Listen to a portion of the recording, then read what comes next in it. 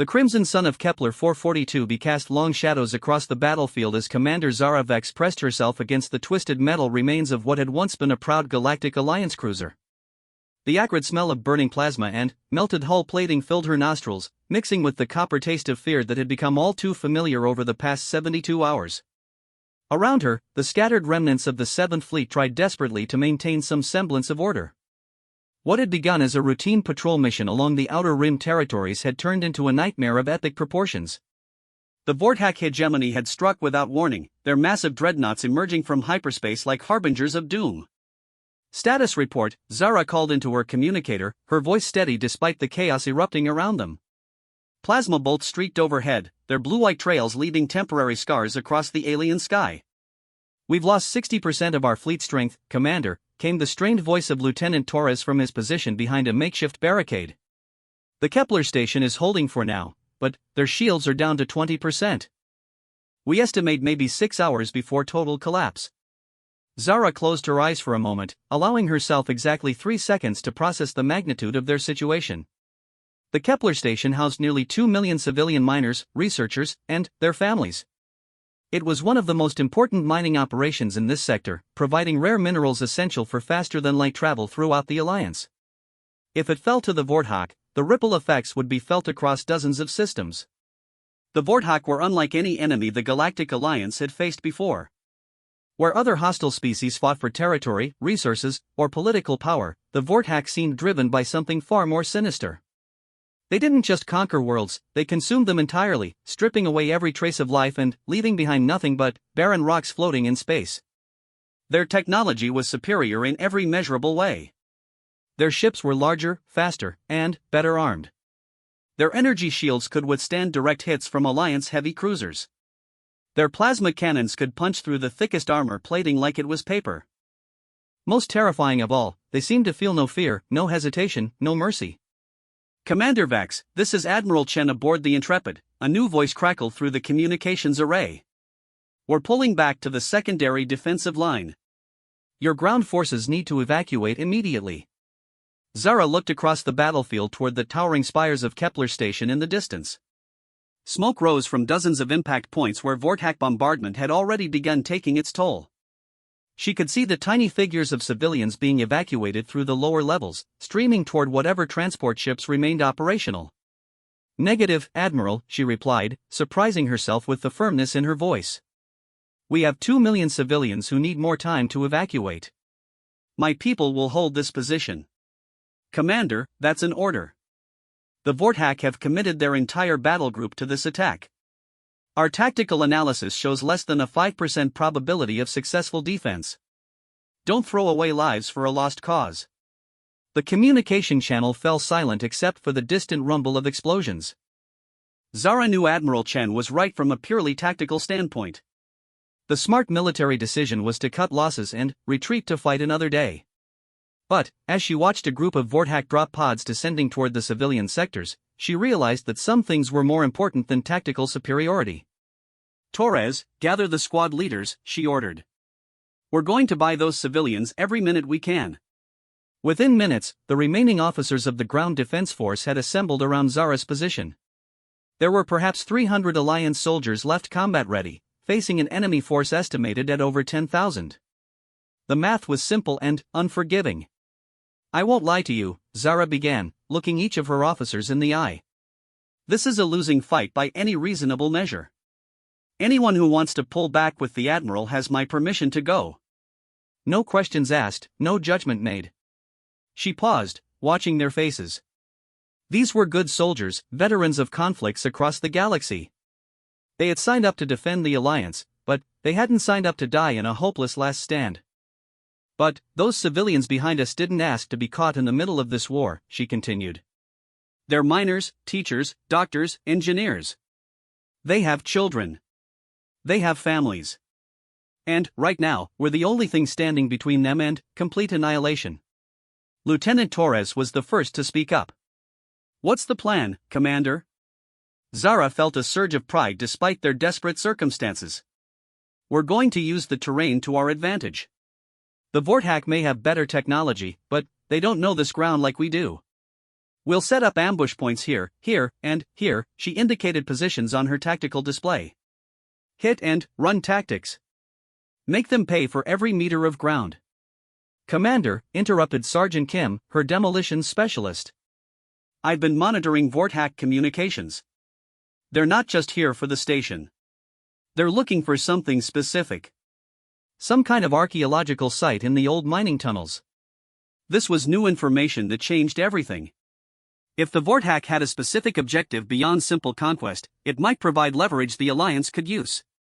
What kind of archaeological site? Zara asked. Unknown, ma'am. But they've committed significant resources to finding it. 3 specialized excavation units and what appears to be a team of their scientist priests. The scientist priests of the Vorthack hegemony were legendary figures, shrouded in mystery and fear. They were said to possess knowledge of technologies beyond anything known to current galactic civilization. If they were personally involved in this operation, whatever lay beneath Kepler Station was of immense importance. Then, that's our target, Zara decided immediately. If they wanted badly enough to commit this much firepower, we deny them access. Torres, take 2 squads and get into those tunnels. Find whatever they're looking for and either destroy it or make sure they can't get to it. What about the surface defense? We'll hold as long as we can. But if we can deny them their primary objective, maybe we can force a withdrawal or at least buy enough time for reinforcements to arrive. As her teams dispersed to their assigned positions, Zara found herself alone for a moment with her thoughts. She pulled up a holographic display showing the tactical situation across the entire system. Red indicators showed Vorthack forces advancing on multiple fronts. Blue indicators representing Alliance forces were becoming fewer and more scattered with each passing hour. The logical part of her mind recognized that they were fighting a delaying action at best. Even if they somehow managed to hold Kepler Station, the Vorthack had already demonstrated their ability to overwhelm any conventional defense. The Alliance military doctrine had always relied on technological parity and superior tactics, but neither advantage existed in this conflict.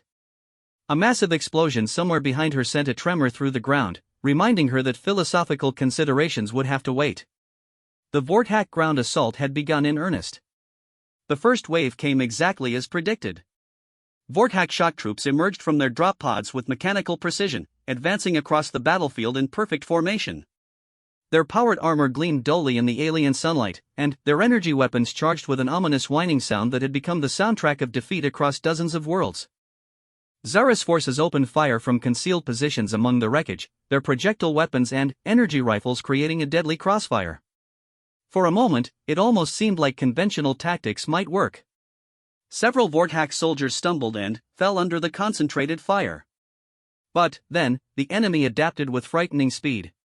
Their formation shifted, deploying personal energy shields that deflected most of the Alliance fire. Their return volleys were devastatingly accurate, forcing Zara's people to abandon position after position. Falling back to secondary positions, Torres reported over the radio.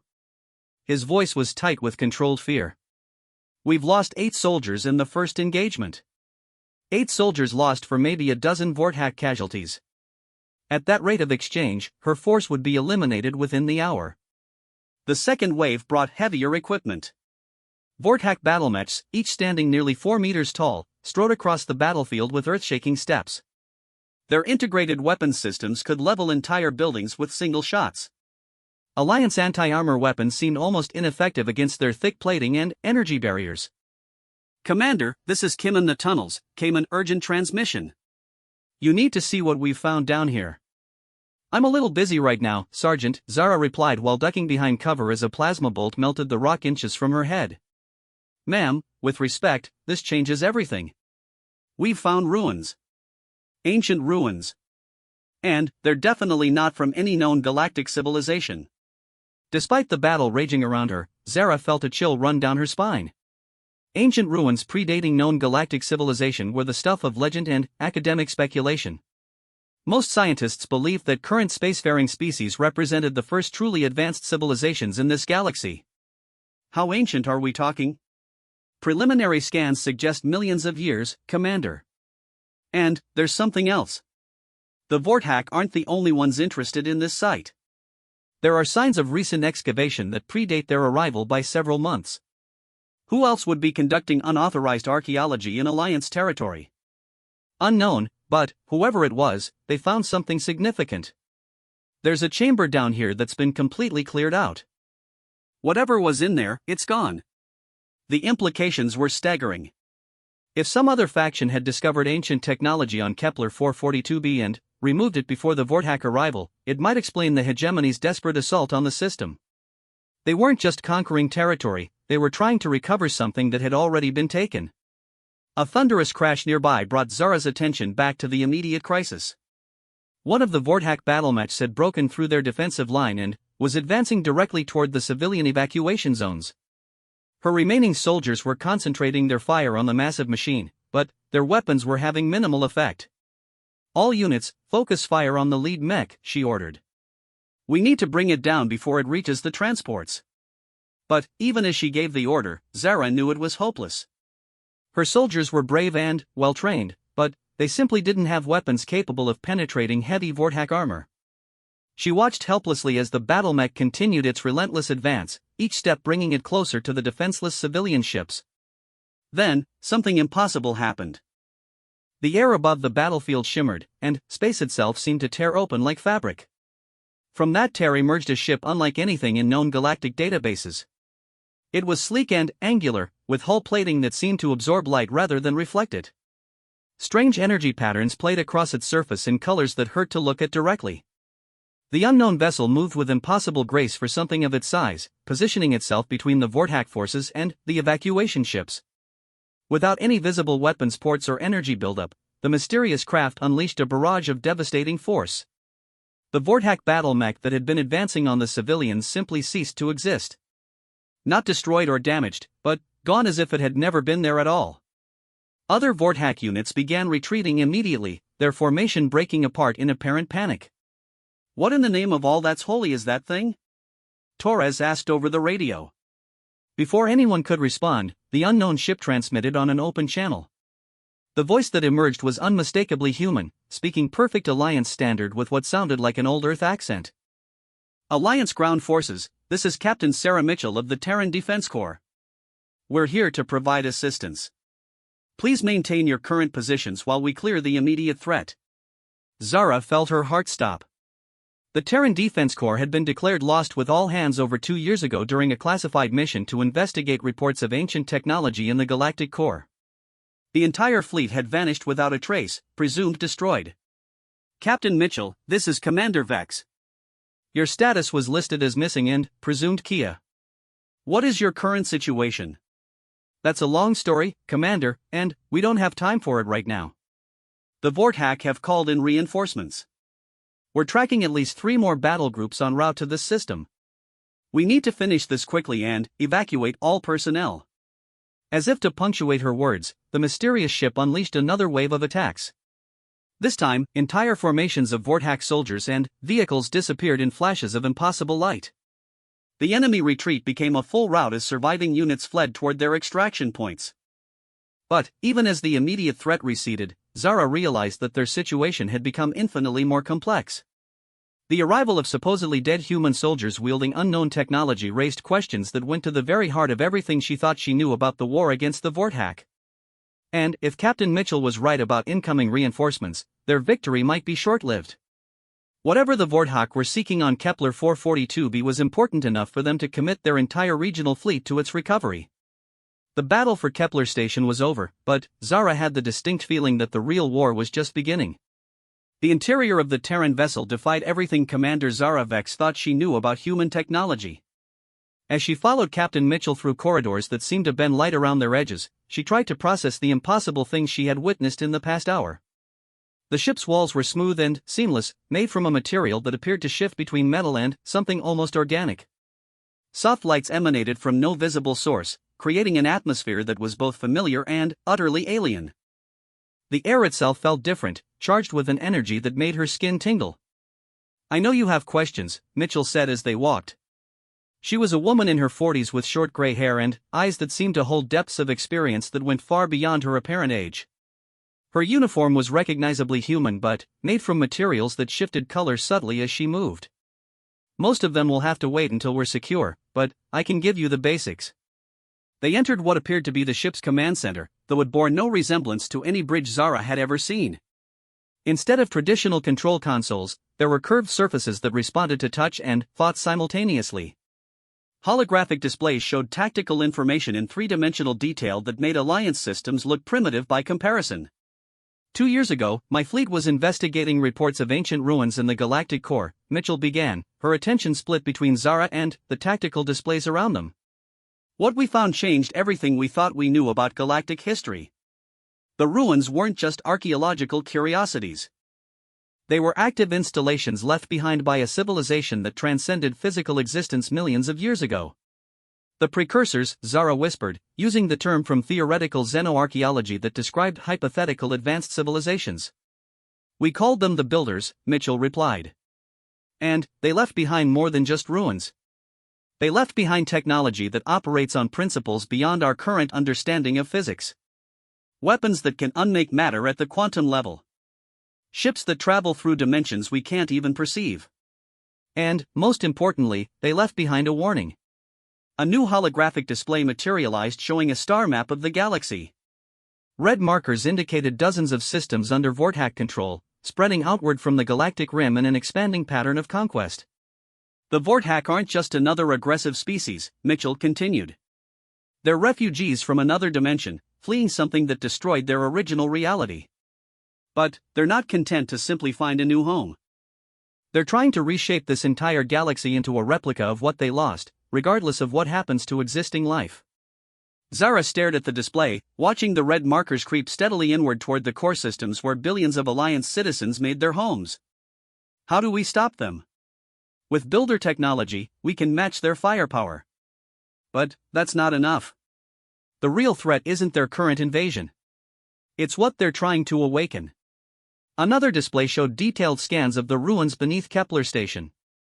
The images revealed architecture that hurt to look at directly, with geometric patterns that seemed to fold in on themselves in impossible ways. The builders didn't just transcend physical existence, Mitchell explained. They left behind guardians.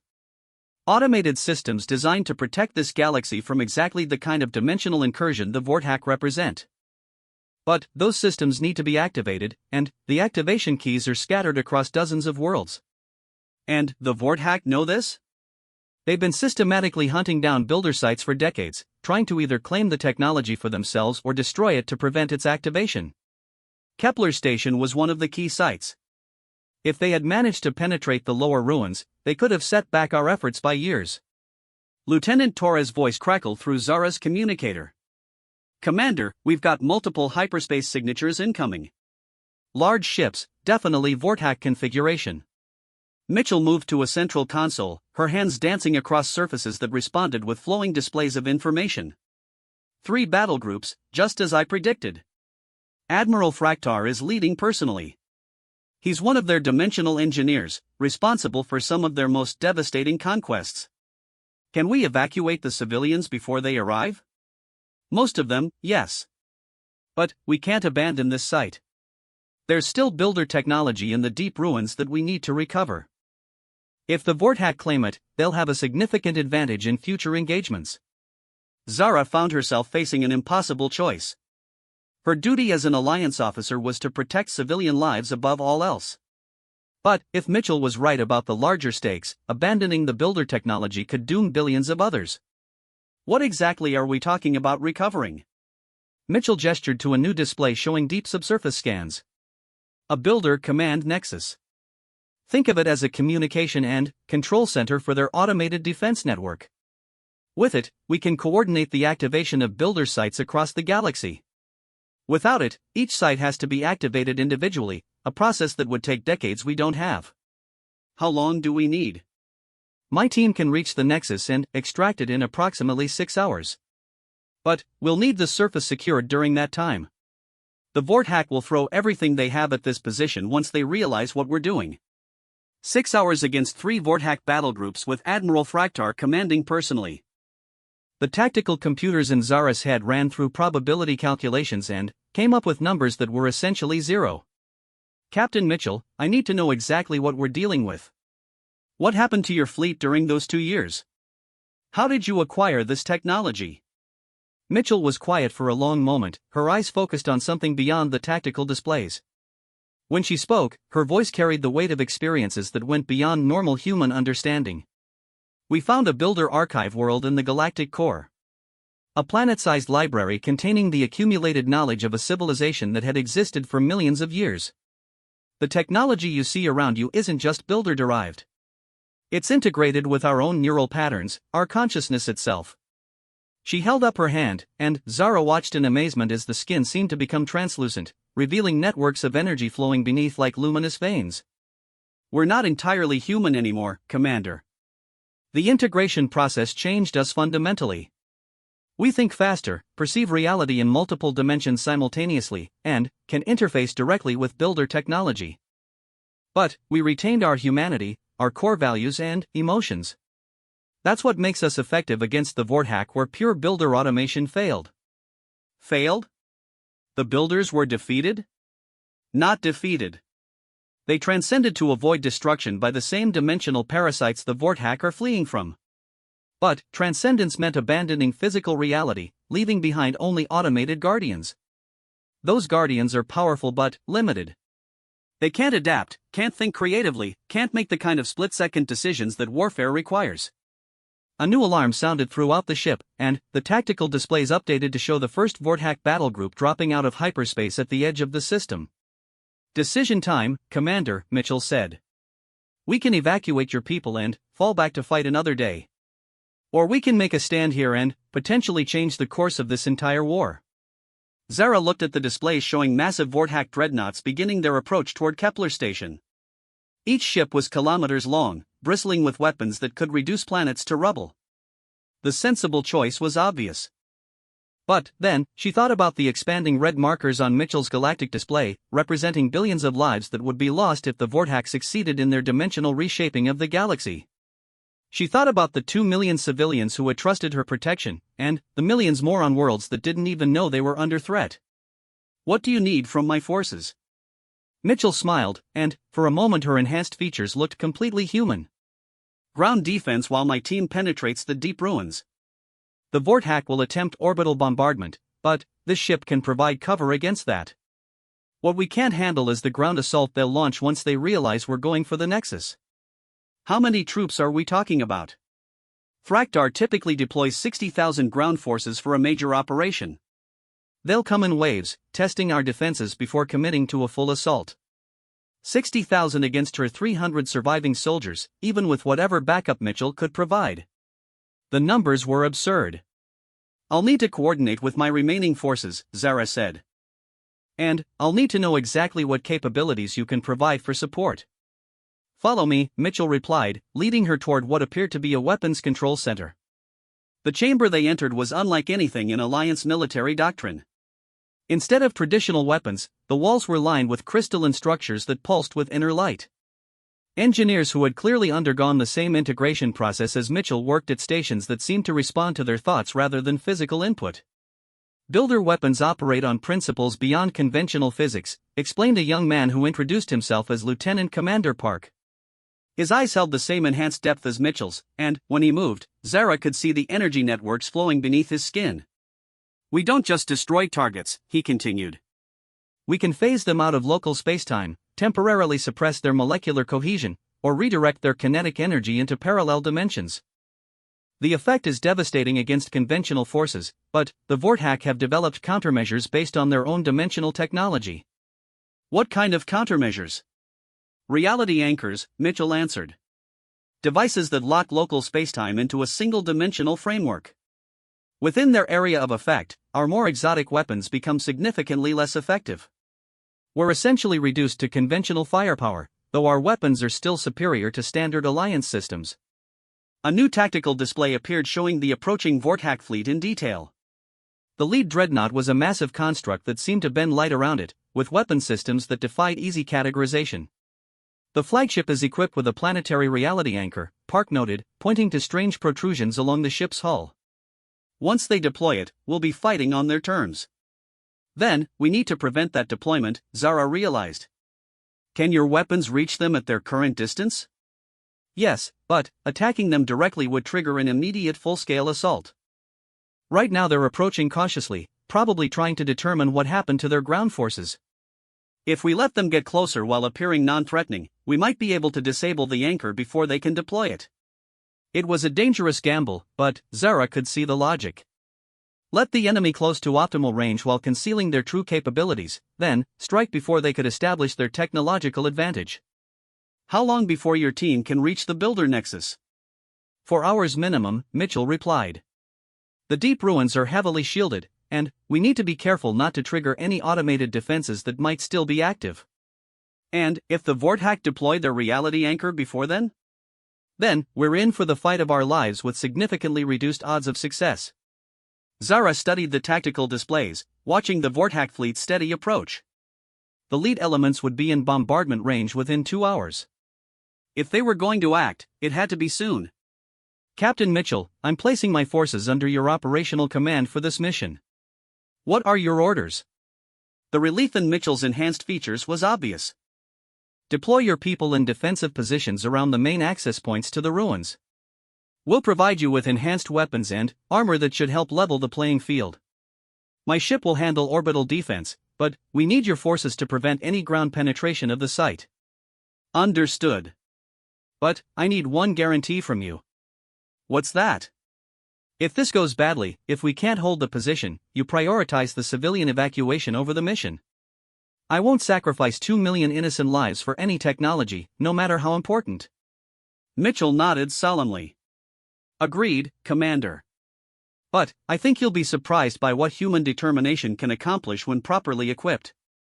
As Zara prepared to return to her forces, she couldn't shake the feeling that she was stepping across a threshold from which there would be no return. The war against the Vorthack had already changed everything she thought she knew about galactic politics and human capabilities. But now, with builder technology and enhanced human consciousness entering the equation, she realized that the very definition of humanity itself was evolving. The question was whether that evolution would come fast enough to save the galaxy from the dimensional horrors the Vorthack represented. The enhanced weapons felt strange in Zara's hands, lighter than they should be given their obvious power, and warm to the touch as if they were alive. The armor that Mitchell's team had provided was equally unsettling, conforming to her body like a second skin and displaying tactical information directly into her field of vision through some mechanism she couldn't understand. Neural interface integration complete, announced Dr. Sarah Reeves, the Terran Defense Corps' chief technician. The armor will enhance your reflexes and provide limited predictive combat analysis. Try not to overthink the process, just trust your instincts. Zara tested the weapon's weight and balance, surprised by how natural it felt despite its alien construction. When she aimed at a target rock 50 meters away, crosshairs appeared in her vision automatically, along with wind speed, distance, and optimal firing solutions. This is incredible, Lieutenant Torres said as he tested his own enhanced equipment.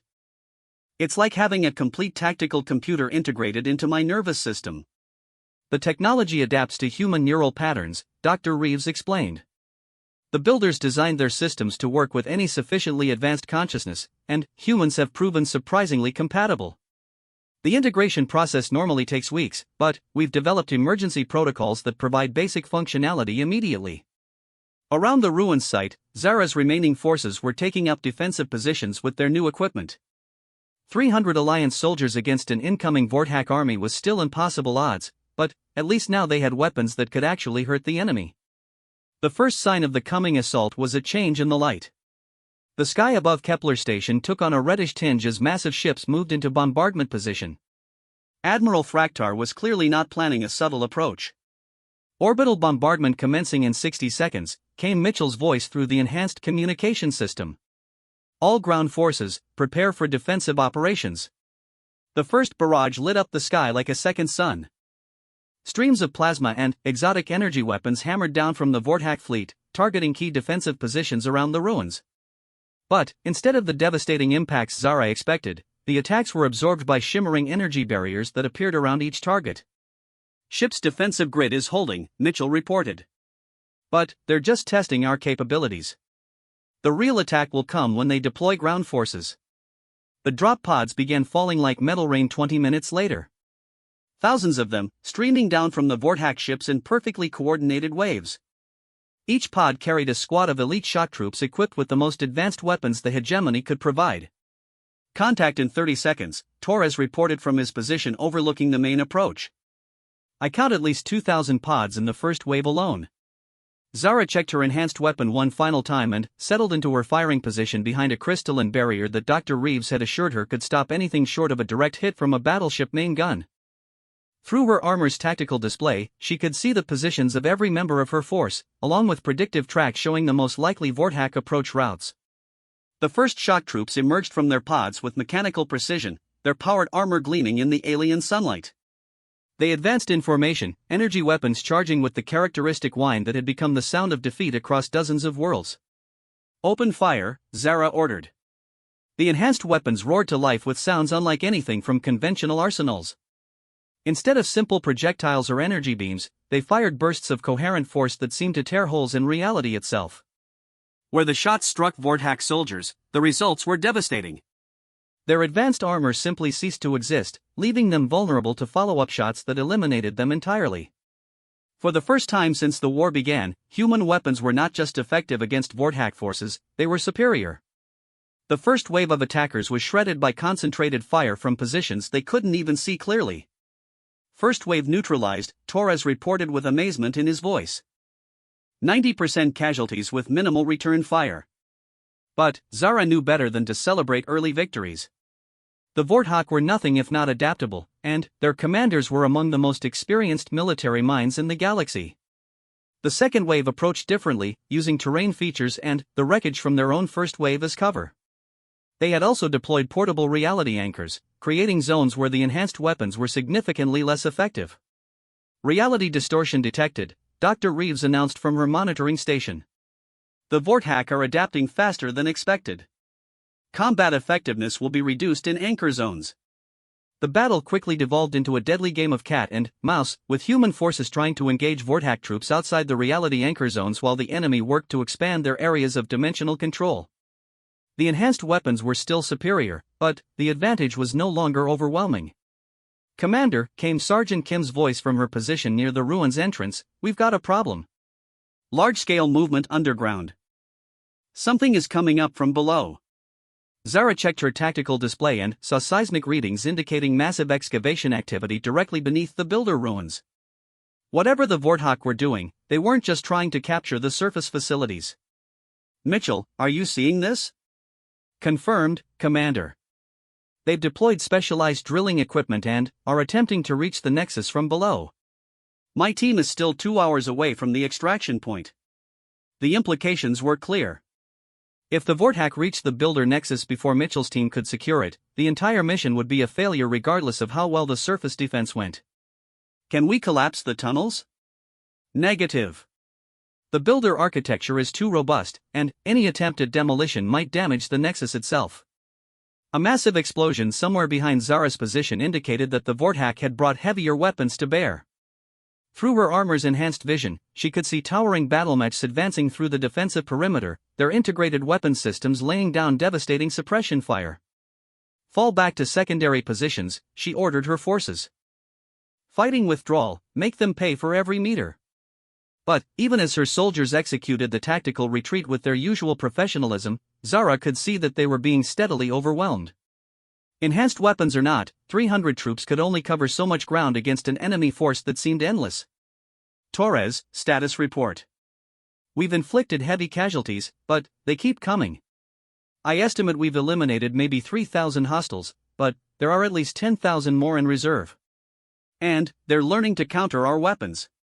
Indeed, the latest wave of Vortak attackers had modified their armor to include reflective surfaces and energy dispersal fields.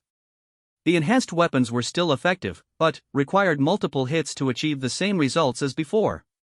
A new voice joined the communications channel, speaking in heavily accented Alliance standard.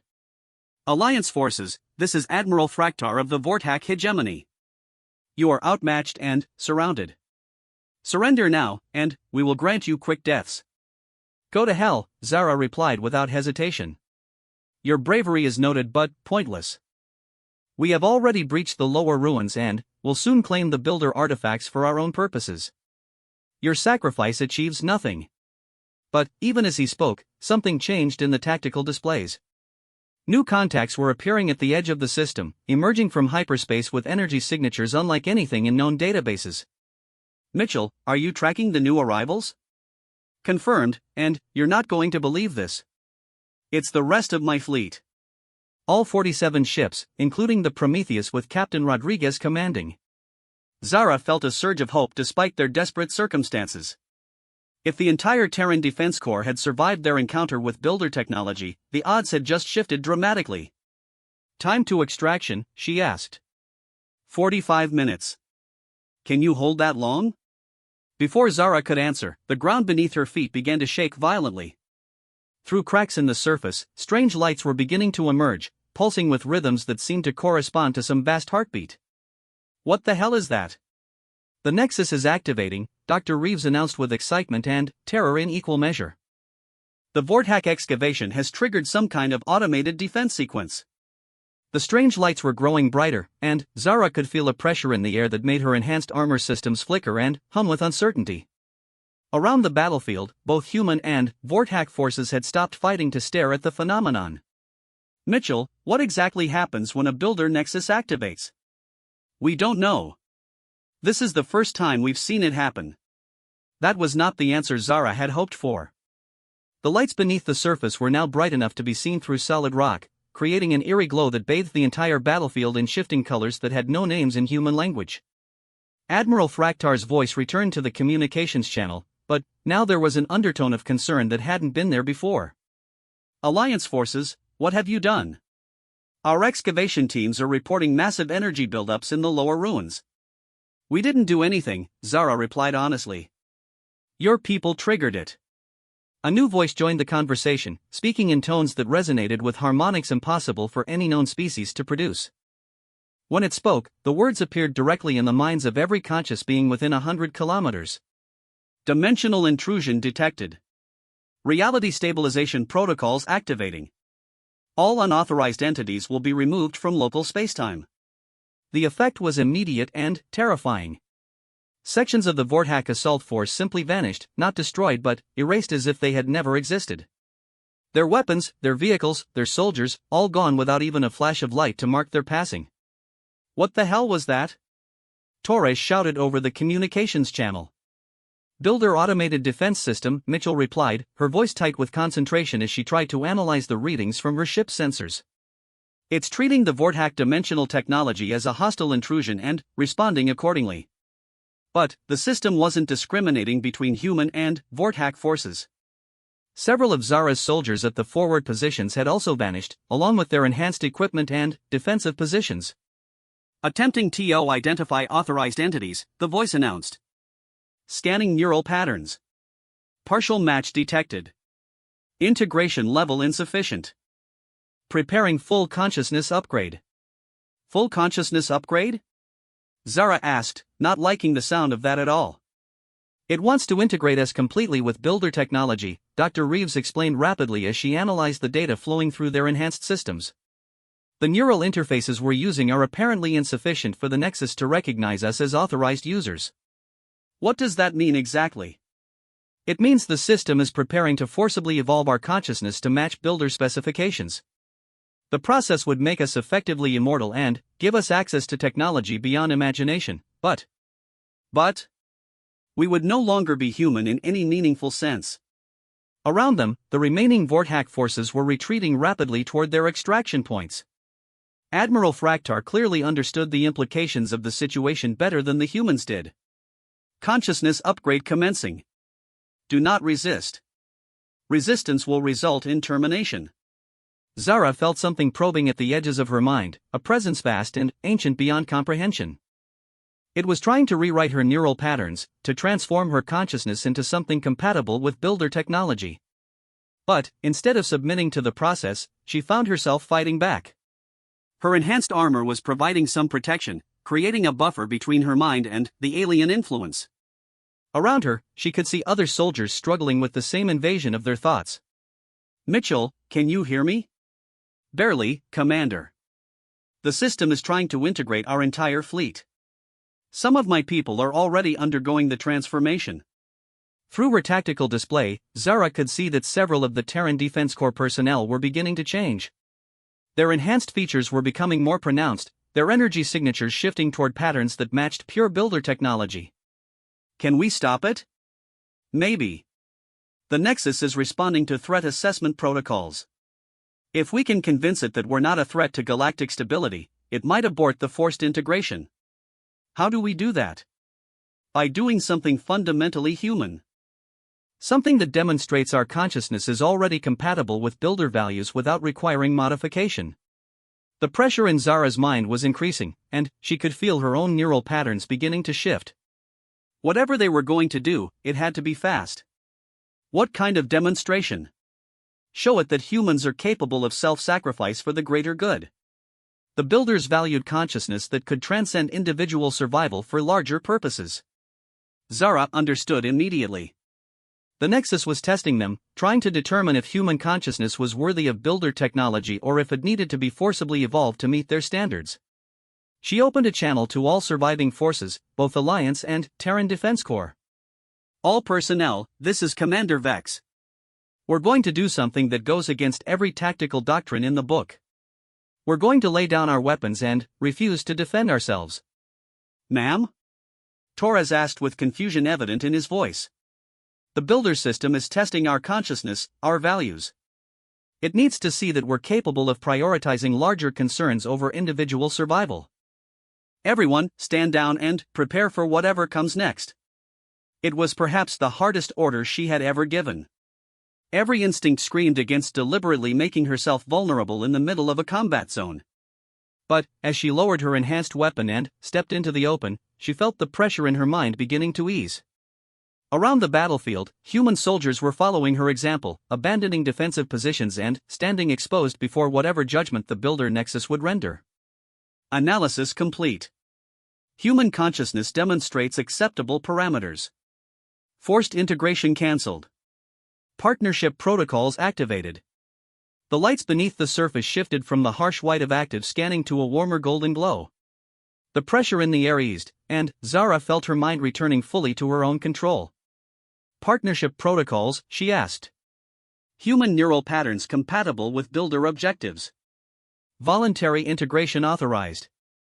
Nexus control transferred to human authority. Mitchell's voice came through the communications channel with amazement. Commander, I think you just achieved something unprecedented. The Nexus is offering us control of the builder defense network, but only if we choose to accept it voluntarily. And if we refuse? Then, it remains dormant until another species proves worthy of the responsibility. Zara looked around the battlefield where human soldiers stood amid the wreckage of the Vorthack assault. In the distance, the surviving enemy forces were retreating toward their ships, clearly unwilling to face builder technology at full activation. The choice before her was staggering in its implications. Accept partnership with the builders and gain access to technology that could end the Vorthack threat permanently, or refuse and leave the galaxy vulnerable to dimensional invasion. But the decision wasn't hers alone to make. This would change the fundamental nature of human civilization itself, and such choices belong to humanity as a whole, not to a single military commander on a distant battlefield. Mitchell, can the Nexus wait for our decision? Decision timeframe acceptable. Nexus will remain active pending human consensus. As the immediate crisis passed, Zara realized that the real battle was just beginning. Humanity now had access to power beyond imagination, but with that power came responsibilities that would reshape their entire existence. The question was whether they were ready for such a transformation.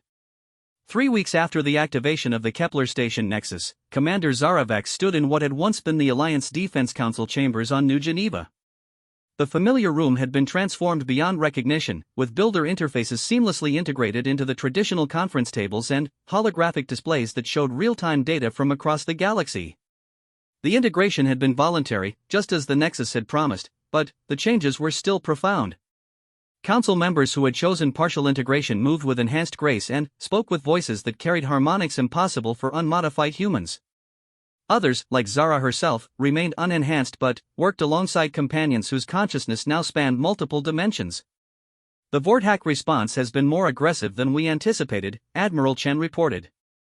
His appearance remained unchanged, but when he accessed the builder data systems, his eyes briefly flickered with the same golden light Zara had seen in the ruins. They've consolidated their forces into 3 massive fleets and are advancing on core systems. The tactical display that materialized above the table showed a galaxy divided into zones of influence. The traditional blue markers representing Alliance space were now interwoven with golden threads that indicated Builder defense network coverage. But the red tide of Vorthack expansion had also intensified, consolidating into focused spear thrusts aimed at the heart of human civilization. Captain Mitchell, who had undergone full integration during the weeks following Kepler Station, stood beside displays that responded to her thoughts rather than physical interaction. Her appearance had stabilized into something recognizably human but enhanced, with features that seemed to contain depths of understanding that went beyond normal perception. "The Vorthack know they're running out of time," she explained, her voice carrying undertones that conveyed additional meaning directly to enhanced listeners. "Every day we delay gives us access to more builder sites and strengthens the defense network. They have to strike now before we can activate the full system." Secretary General Maria Santos, one of the few unenhanced members of the council, leaned forward with concern evident in her expression. "Captain Mitchell, I need a straight answer. Can we defeat them with the technology we currently have access to?" "The honest answer is that we don't know," Mitchell replied. "Builder technology is incredibly powerful, but the Vorthack have been fighting civilizations with similar capabilities for thousands of years. They have countermeasures, tactics, and weapons specifically designed to combat reality-altering technology." "What about the other sites? How many more builder installations can we activate?" Dr. Reeves, who had chosen a level of integration that allowed her to interface directly with builder archives, responded with information flowing through multiple data channels simultaneously. "We've identified 47 confirmed sites within Alliance territory, with another 130 across the galaxy in neutral or disputed space. Full activation would give us a defensive network capable of protecting entire star systems. And the timeline for that activation?" 18 months minimum, assuming we can secure access to all sites and encounter no significant Vorthack interference." Secretary General Santos absorbed this information with the grimness of someone who understood political reality all too well.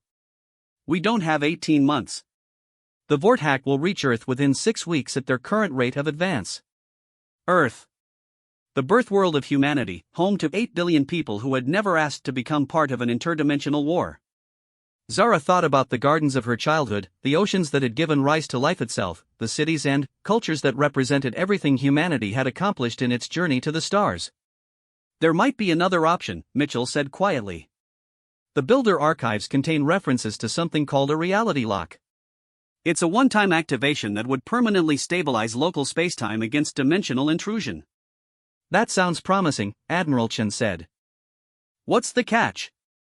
"It requires a conscious entity to serve as the lock's anchor point.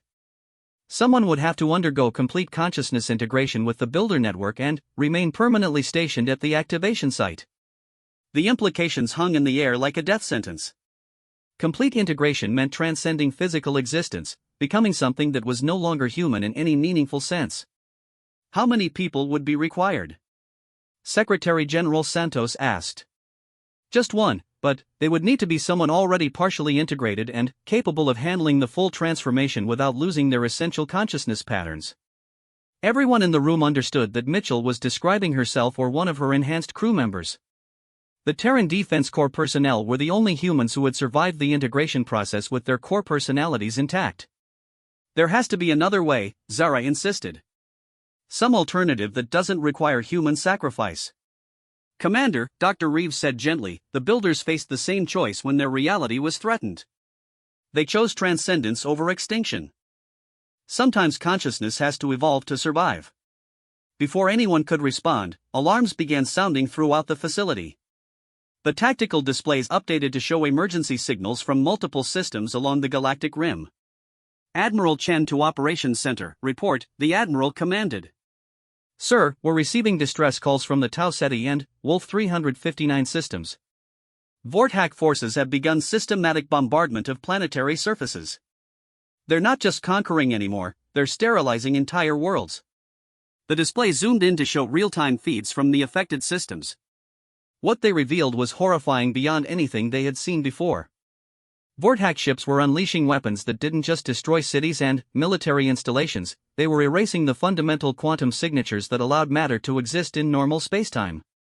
They're creating dimensional voids, Mitchell explained with horror in her enhanced voice. Dead zones where nothing can exist in our reality. This isn't conquest anymore, it's the complete elimination of local spacetime. How many worlds? Secretary General Santos asked. 7 planets confirmed sterilized, with attacks underway on at least 20 more systems, the operations center reported. Zara stared at the tactical displays showing the expanding areas of dimensional void. Each red marker represented a world where millions of people had simply ceased to exist, not dead but erased from reality itself. They know about the reality lock, she realized. They're trying to create so much dimensional instability that we can't establish an anchor point. It's worse than that, Dr. Reeves added as she accessed deeper builder archives. If they create enough void zones, they can collapse local spacetime entirely. The resulting dimensional cascade would spread throughout the galaxy, making it uninhabitable for any consciousness that hasn't transcended physical existence. Timeline? Admiral Chen demanded. At their current rate of void creation, approximately 96 hours before cascade becomes unavoidable. 4 days to save the galaxy. Zara felt the weight of impossible responsibility settling on her shoulders. Every decision made in the next few hours would determine whether human civilization survived or joined the countless others that the Vortac had erased from existence. Captain Mitchell, Secretary General Santos said with the authority of someone making a decision that would echo through history, "You have authorization to implement the reality lock protocol." "Ma'am, with respect, that decision should come from all of humanity, not just the Leadership Council." "There isn't time for a referendum, Captain.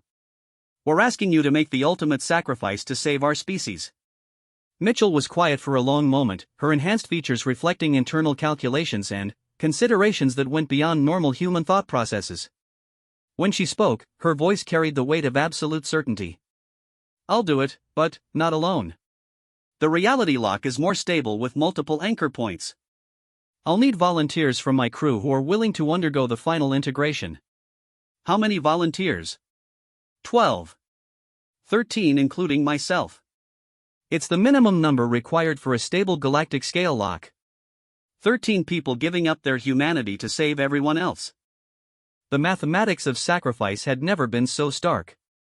"I'll transmit the call for volunteers to the fleet," Mitchell continued. "But I need something from the Alliance in return." "What?" "Protection for the sites during the integration process. The Vortac will throw everything they have at us once they realize what we're doing. We need every available ship and every enhanced weapon system you can deploy." Admiral Chen nodded grimly. "You'll have everything we can spare. When can you begin?" "The integration process takes 36 hours per person. If we start immediately, we can have the reality lock ready for activation just before the cascade becomes critical." Zara found herself thinking about the volunteers who would step forward for this mission. They were people who had already given up their normal humanity to fight the Vortac threat. Now they were being asked to give up physical existence itself.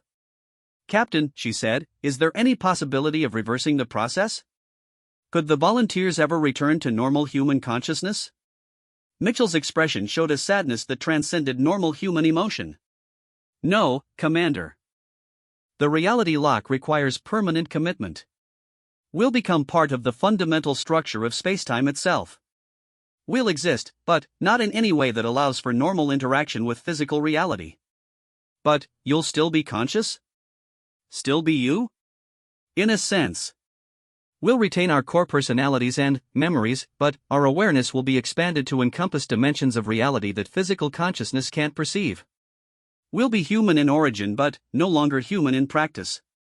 The weight of the decision pressed down on everyone in the room. 13 people would voluntarily transcend humanity to ensure that humanity could survive. "There's one more consideration," Dr. Reeves added quietly. "The reality lock will prevent dimensional intrusion permanently, but it will also cut off access to builder technology. Once it's activated, we'll be locked into our current level of technological development." "Is that necessarily bad?" Secretary General Santos asked. "It means we'll never be able to transcend our physical limitations the way the builders did. We'll remain bound to normal spacetime for the rest of our species' existence." Zara considered this trade-off. Permanent safety in exchange for permanent limitation. It was perhaps the most human bargain imaginable, choosing security over the unknown possibilities of transcendence. The volunteers will make that choice for all of us, she realized. Yes, Mitchell agreed. That's why it has to be truly voluntary. No one can be ordered to accept this level of sacrifice. As the council meeting broke up to implement the desperate plan, Zara found herself wondering what kind of galaxy would emerge from this crisis. If the reality lock succeeded, humanity would be safe but forever changed by the knowledge of what 13 people had given up to protect everyone else. And, if it failed, there would be no galaxy left to worry about. The final battle for galactic civilization began not with the clash of fleets, but with 13 people standing in a circle around a crystalline chamber deep beneath the surface of Kepler Station. Each volunteer had undergone 36 hours of consciousness preparation, their neural patterns slowly adapted to handle the complete integration with builder technology that would make them anchor points for the reality lock.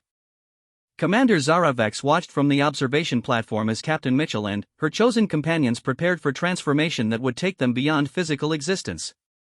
The volunteers included engineers, scientists, tactical officers, and Marines, all united by their willingness to sacrifice individual consciousness for the survival of their species. Integration commencing, Dr. Reeves announced from her monitoring station. Her own enhanced features showed the strain of coordinating technology that operated on principles beyond conventional understanding. Neural pattern stabilization achieved across all subjects.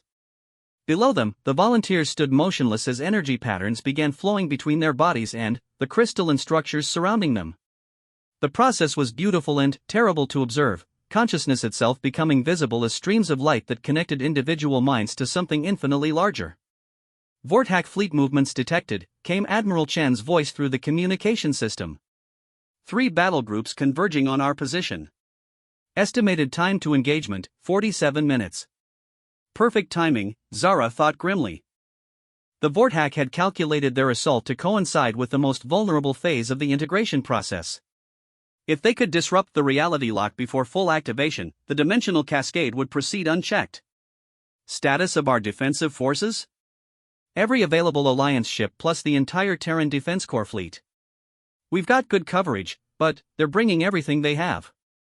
Admiral Fractar is commanding personally from a dreadnought equipped with reality disruption weapons. Reality disruption weapons were theoretical devices that most Alliance scientists had dismissed as impossible. The fact that the Vorthack possessed them explained much about their ability to defeat civilizations with technology comparable to the Builders. How long until the reality lock is fully active? 2 hours minimum, Dr. Reeves reported. The integration process cannot be rushed without risking cascade failure. 2 hours to hold off the largest Vorthack assault fleet ever assembled, using a mix of conventional and barely understood builder technology, while protecting a facility that could not be evacuated or relocated. Through the observation platform's enhanced displays, Zara could see the volunteer consciousness patterns beginning to merge with the builder network. Captain Mitchell's individual awareness was becoming something larger, her thoughts expanding to encompass information from across the galaxy simultaneously. When Mitchell spoke, her voice came not from her physical body but directly from the crystal matrix itself. Commander, I can perceive the approaching Vorthack fleet. Their reality disruption weapons are more dangerous than we realized. They can destabilize spacetime on a scale comparable to the builder defense systems. Can you counter them? Not in our current state. We're too vulnerable during the integration process. You'll need to keep them away from the planet's surface until we achieve full transcendence. Easy enough to say, impossible to achieve. The Vorthack fleet included 6 dreadnoughts, each one capable of sterilizing a planet's surface from orbit. Admiral Chen's combined force was powerful but still outnumbered 3-1. Admiral, what's our tactical situation? We've established a defensive perimeter at the edge of the system, Chen replied through the communication link. Builder-enhanced ships are taking point positions, but we're spread thin. If they break through anywhere, we won't be able to stop a direct assault on the planet. The first wave of attacks began as streaks of exotic energy that turned space itself into a weapon. Vorthack reality disruptors created areas where the normal laws of physics ceased to function, forcing Alliance ships to maneuver through 3-dimensional mazes of unstable spacetime. But humanity's builder-enhanced forces responded with weapons that operated on equally impossible principles. Ships phased through dimensions to avoid attacks, weapons fired projectiles that existed in multiple realities simultaneously, and defensive systems that created probability barriers where enemy fire simply failed to connect. Direct engagement initiated, Admiral Chen reported with tension evident in his voice. The enemy is adapting faster than anticipated. They've developed countermeasures for most of our builder-derived systems. On the displays, Zara could see the tactical situation evolving in real time. Alliance forces were holding for now, but the Vortak were probing for weaknesses with the methodical precision of a species that had conquered galaxies before. Integration at 60%, Dr. Reeves announced. Consciousness merger proceeding nominally across all anchor points. Below them, the volunteers' physical forms were becoming translucent, their individual awareness merging into a collective consciousness that spanned multiple dimensions of reality. Their sacrifice was beautiful and terrible to witness, the voluntary evolution of human consciousness into something that could reshape the fundamental nature of spacetime. "Commander," came Mitchell's voice from the crystal matrix, now carrying harmonics that resonated with impossible frequencies. "The Vortak fleet includes dimensional engineers. They're not just trying to destroy the reality lock, they're attempting to create a counterlock that would make this galaxy compatible with their original dimensional framework." What does that mean? If they succeed, they'll transform local spacetime to match their home reality. Everything that exists here now would be replaced by the dimensional patterns from their lost universe. The implications were staggering.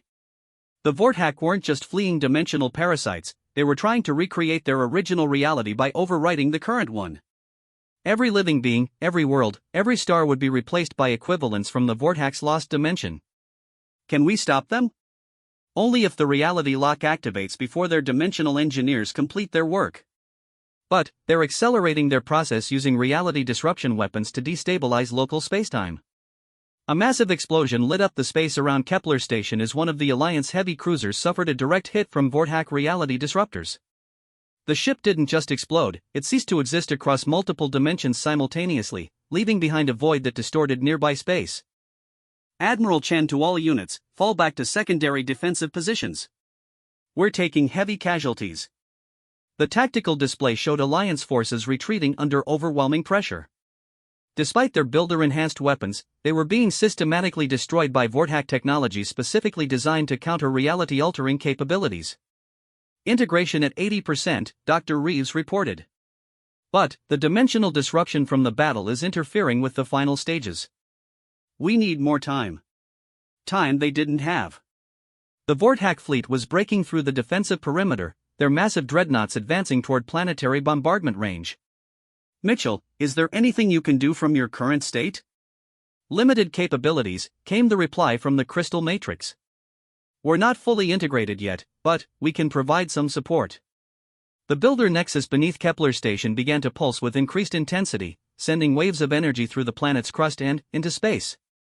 Where the energy touched Vortak ships, their reality disruption weapons began to malfunction, creating feedback loops that damaged their own vessels.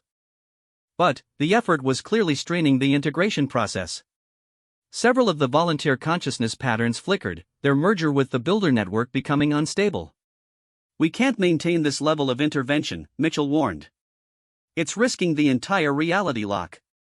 Admiral Chen's forces were fighting desperately to buy more time, but Zara could see that they were failing. The Vortak advance was relentless, their ships designed specifically for this kind of dimensional warfare. Then, something unexpected happened. New contacts appeared on the tactical display, ships emerging from hyperspace with energy signatures that matched neither Alliance nor Vortak technology. "Unknown vessels entering the system," Admiral Chen reported. "Configuration unlike anything in our databases." The newcomers moved with purpose toward the center of the battle, their weapons systems coming online with displays of power that dwarfed both Alliance and Vortak capabilities. When they opened fire, the effects were beyond anything Zara had ever witnessed. Vortak dreadnoughts simply disappeared, not destroyed but removed from local reality as if they had never existed. Their reality disruption weapons were neutralized instantly, leaving the surviving ships vulnerable to conventional attacks. "Who are they?" Zara asked. "Unknown," Dr. Reeves replied, but her enhanced features showed recognition. "Wait, I'm detecting builder consciousness patterns in their command systems. These ships are controlled by builders who chose not to transcend." The implications were staggering. A faction of the Builder civilization had remained in physical reality, maintaining their technology and knowledge while their fellows transcended to higher dimensions. Why didn't they help before? Because intervention was not permitted until local consciousness proved worthy of partnership, came Mitchell's voice from the crystal matrix. Our willingness to sacrifice for the greater good satisfied the final requirement. The battle above turned decisively in favor of the defending forces. With their reality disruption weapons neutralized, the Vortak fleet found themselves outmatched by the combination of Builder remnant technology and human determination. Admiral Fraktar is calling for retreat, Admiral Chan reported with amazement in his voice. The surviving Vortak ships are withdrawing to hyperspace. But the dimensional engineers were still working. Even as their fleet retreated, the Vortak continued their attempts to establish a counterlock that would transform local spacetime to match their original reality. Integration at 95%, Dr. Reeves announced. Final merger commencing. Below them, the volunteers' physical forms completed their transformation into pure consciousness, their individual awareness becoming part of a network that spanned multiple dimensions of reality. When the reality lock activated, the effect was visible across the entire galaxy. Spacetime itself stabilized, dimensional barriers becoming absolute. The Vortak counterlock collapsed instantly, its exotic energy dissipating harmlessly against barriers that could not be breached by any known technology. Reality lock confirmed active, Dr. Reeves reported. Dimensional intrusion permanently prevented across all affected space. The galaxy was safe, protected by 13 human consciousness patterns that had transcended physical existence to become guardians of reality itself. Mitchell, can you still hear us? Zara asked. Yes, Commander, but from a perspective you cannot imagine. We exist now as part of the fundamental structure of space and time. We are everywhere and nowhere, protecting consciousness we will never again share physical reality with. Are you happy? Happiness is a concept tied to individual consciousness. We have become something larger, awareness that encompasses the well-being of all conscious entities in this galaxy. We are content. In the weeks that followed, the galaxy began to adapt to its new reality. The Vortak threat had ended not through military victory but through the voluntary transformation of 13 humans who chose transcendence to save their species. The Builder remnants, revealed at last, shared their knowledge freely with humanity and other species, but always within the constraints of the reality lock. There would be no more transcendence, no more evolution beyond physical existence. The galaxy was safe but forever limited to normal spacetime. Zara often returned to Kepler Station in the months after the reality lock activation. She would stand in the chamber where her friends had given up their humanity and listen to the crystal matrix humming with consciousness that existed beyond her understanding. They were still there, she knew. 13 points of human awareness woven into the fabric of reality itself, eternal guardians watching over the species they had died to save. It was perhaps the most human ending imaginable, victory achieved not through superior technology or tactical brilliance, but through the willingness to sacrifice everything for others. The galaxy belonged to physical consciousness now, protected by those who had transcended it. And, in that protection, humanity found its place among the stars, forever changed but forever free to choose its own destiny within the boundaries of normal reality. It was enough. It was everything.